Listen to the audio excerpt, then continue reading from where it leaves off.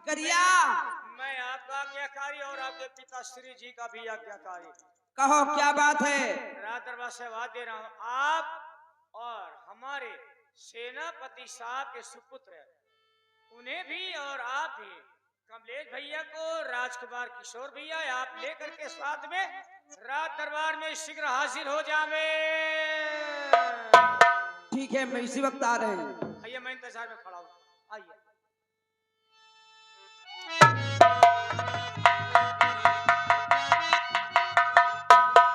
राम खुश रहो दरबारी। भैया कमलेश नमस्ते। बोले साहब आवाज देने में आपको तकलीफ हुई होगी। क्यों? आप यहाँ तक आए हैं। ये आपके पिता श्री जी का आदेश हुआ है कि मेरे बेटे राजकुमार किशोर को और जो सेनापति साहब जी के बेटे ये कमलेश हैं, इनको भी दोनों को सरे दरबार में हाजिर किया जाए। कोई जरूरी काम? ये काम तो साहब ही बताएंगे। ठीक है, फौरन चलो। अभी आइए साहब, आप भी आइए।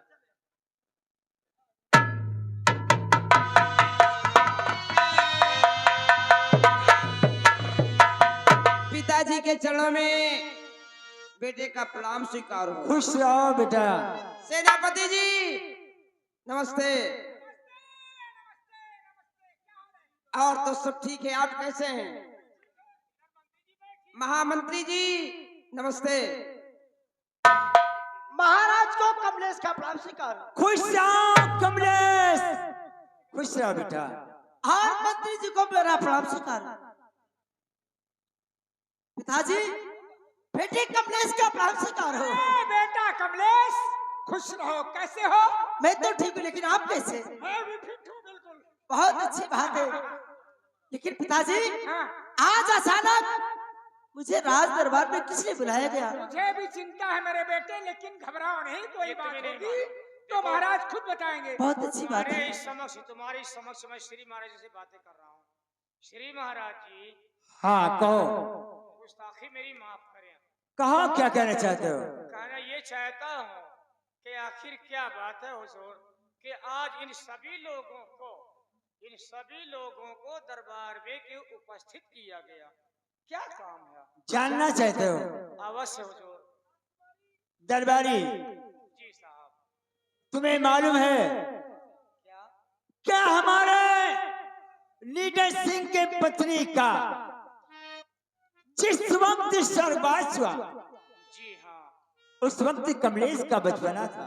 जी हाँ, मुझे याद आया जब हमारे सेनापति साहब के धर्मपत्नी का स्वर्गवास हुआ था, तो उन्होंने सिर्फ कमलेश को जन्म देकर ही भगवान को प्यारी हो गई थी। ये मुझे पता। कमलेश का बचपना था। जी बचपना था, बताया। लीडर सिंह ने कमलेश को हमारी गोद में डाल दिया। हाँ महाराज, लालन पालन करने के लिए, इसलिए कि मैं ड्यूटी पे था और इसका परवरिश कौन करेगा, इसलिए मैंने आपको सौंप दिया। कमलेश की परवरिश हमने किया, आपने किया, पढ़ाया। जी।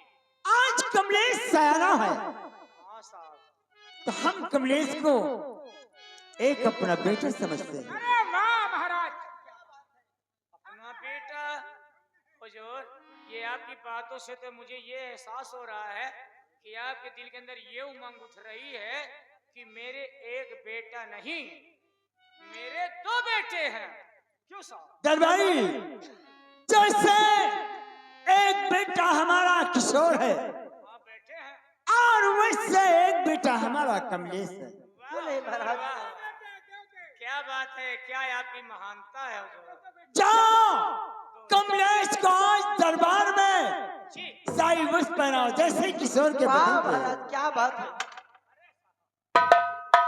महाराज जी, हाँ ये आपने सरे दरबार कैसा फैसला कर लिया? क्या? एक नौकर के बेटे को आप अपना बेटा बना रहे हो और सरे दरबार।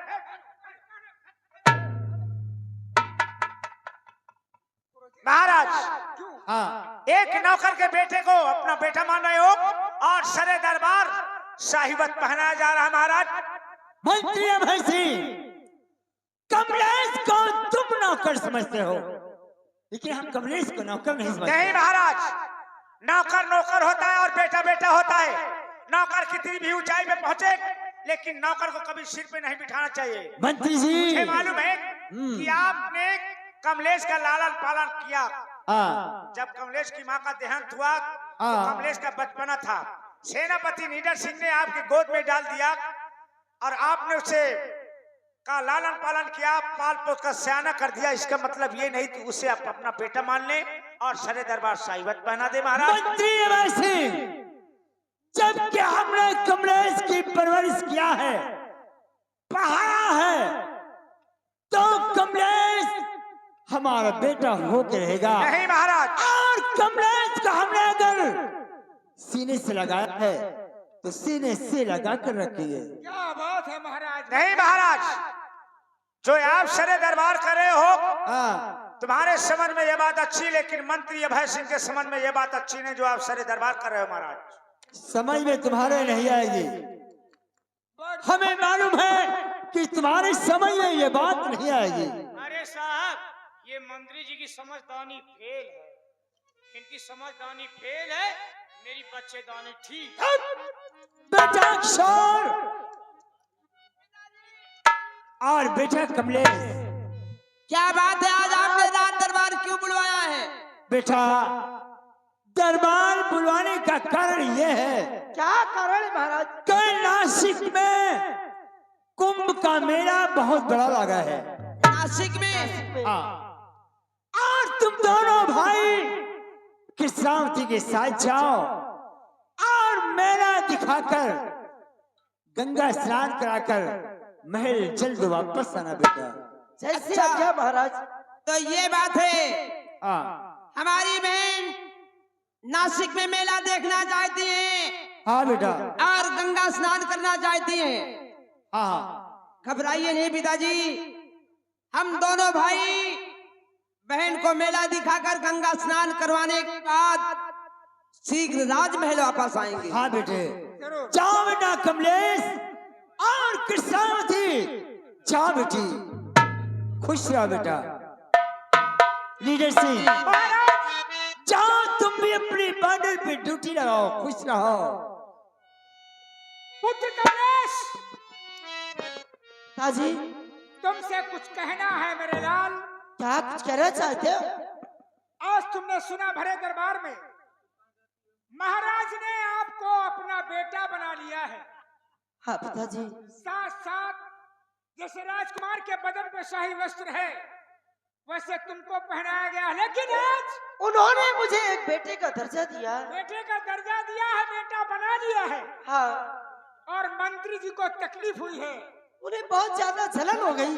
उनको बहुत ज्यादा जलन हुई है और मैं जानता हूँ, लेकिन नहीं मेरे लाल, अगर महाराज ने तुमको बेटा बनाया है तो मुझसे ज्यादा तुमको महाराज को मानना है। क्यों नहीं पिताजी? और महाराज का कहना, राजकुमारी का कहना, राजकुमार का कहना तुमको करना है।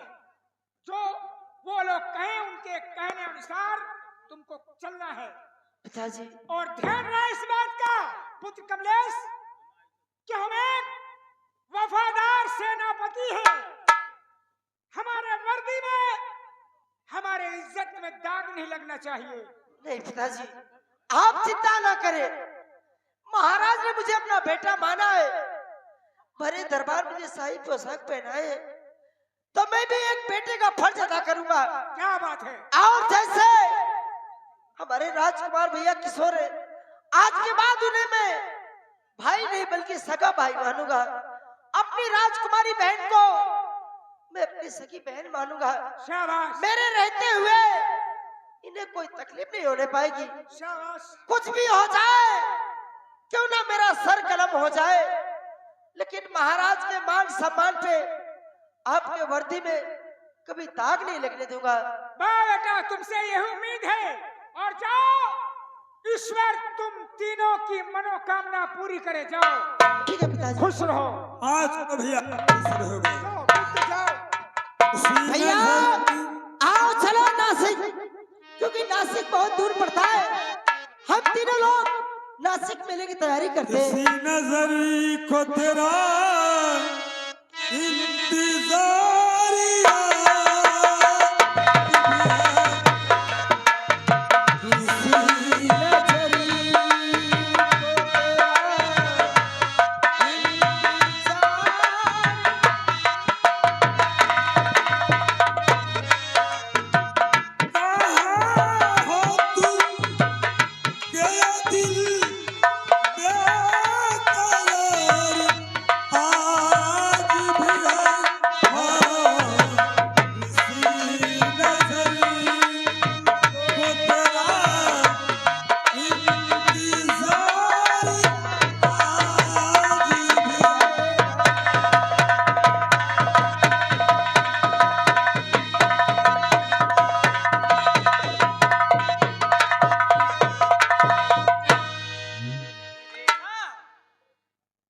मंत्री जी को श्री महाराज जी ने शाही चेहरा देखो, क्या रे साले, इनका मुंह देखो। हराम खो सारे दांत फाड़। क्यों तूने तो सुना? राजकुमारी कृष्णवती इजाजत लेने की आई महाराज जी के पास कि 100 वर्ष के बाद नासिक में महाकुंभ का पर्व लगा हुआ है। महाकुंभ हमने कहा महाराज इजाजत दे दो, राजकुमारी जी के साथ हम जाएंगे। सेनापति ने इतनी तेजी से कुर्सी से उठ के कहा कि नहीं मंत्री जी, तुम नहीं जा सकते हो। जा सकते हैं, हम जा सकते हैं, हमारी फौज जा सकती है, क्योंकि हम फौज के सिर पे सालार हैं। एक बात बताऊं साहब, बोल। ये जो सेनापति साहब है ना, इन्हें अपने सिर पे सलारी में बहुत बड़ा गुरूर और घमंड है। नहीं, है साहब? इसे गुरूर घमंड नहीं है, ये मुझसे बहुत बड़ी नफरत और जलन रखता है। अरे साहब, वो बॉर्डर पे ड्यूटी देते हैं, आप यहाँ दरबार में रहते हैं, फिर उनके और आपके बीच में ऐसी कौन सी बात? उसका कारण है। क्यों मुझसे नफरत करता है, क्यों जलन रखता है, क्या तुझे मालूम नहीं है। मैं बताता हूँ। जो चंद्रमणि महाराज की बेटी राजकुमारी कृष्णवती है, हाँ, मेला देखने गंगा स्नान करने गई है। हाँ, वो मुझसे प्यार करती है, और इस बात को सेनापति निडर सिंह को खूब अच्छी तरीके से मालूम है, और देख भी लिया है कि मंत्री अभय सिंह और राजकुमारी कृष्णवती के बीच बहुत गहरी मोहब्बत है। अय्यो साहेब, एक बात मही का बता दो। बोल। तुम दे रहा हो ना, मकहू से ना बताइए। ये राजकुमारी जी आपसे प्यार करती हैं? प्रेम कहाँ प्यार करती है वो? अच्छा ये बताओ, रोज करती है कि कातो कातो सारा? अबे साले, प्यार करने की कोई हद होती है क्या? नहीं, मैं कहूँ शायद मौका पाके दिन दुपारी है भर में। कैसी तौर पर अगर वो मुझसे इतनी बड़ी नफरत और जलन रखता है, तो हमारा भी नाम मंत्री अभय सिंह है। उस हरामजादे को, सेनापति निडर सिंह को ऐसी जगह मारूंगा, ऐसी जगह मारूंगा कि एक बूंद पानी नहीं पाएगा। और रही बात चंद्रमणि महाराज की, याद रखो चंद्रमणि महाराज, तुझे ऐसी जगह पहुंचाऊंगा, ऐसी जगह पहुंचाऊंगा कि सारी जिंदगी मुड़कर ये नहीं देखेगा कि चंद्रनगर है कहां पे।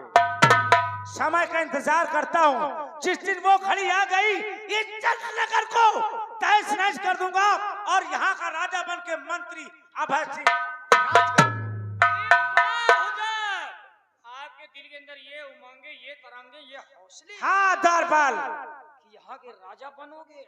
मैं यहाँ का राजा बनूंगा। साहेब, बोल। आपके उमंगों को सुन करके, देख करके मेरे दिल में एक उमंग आ रही है। तेरे दिल में कौन सी उमंग आ रही है? उमंग यह साहब कि जब आप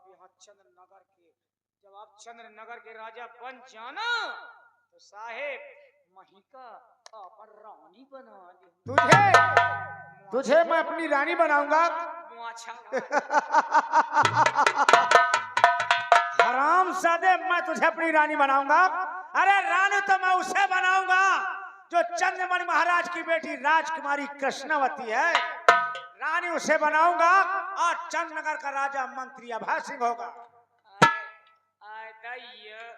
फिर मैं विधवा न रही। हम तुझे यहाँ का मंत्री बना देंगे। मंत्री मैं? हाँ। अरे वाह, अरे मेरा चुकंदर। देख, चुकंदर नहीं, मुकद्दर की बात कर।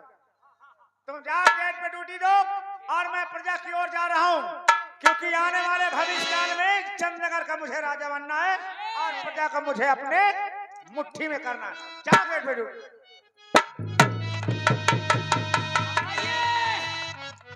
मैंने पेशतर पहले बताया था ना कि कहानी दो राजाओं के बीच की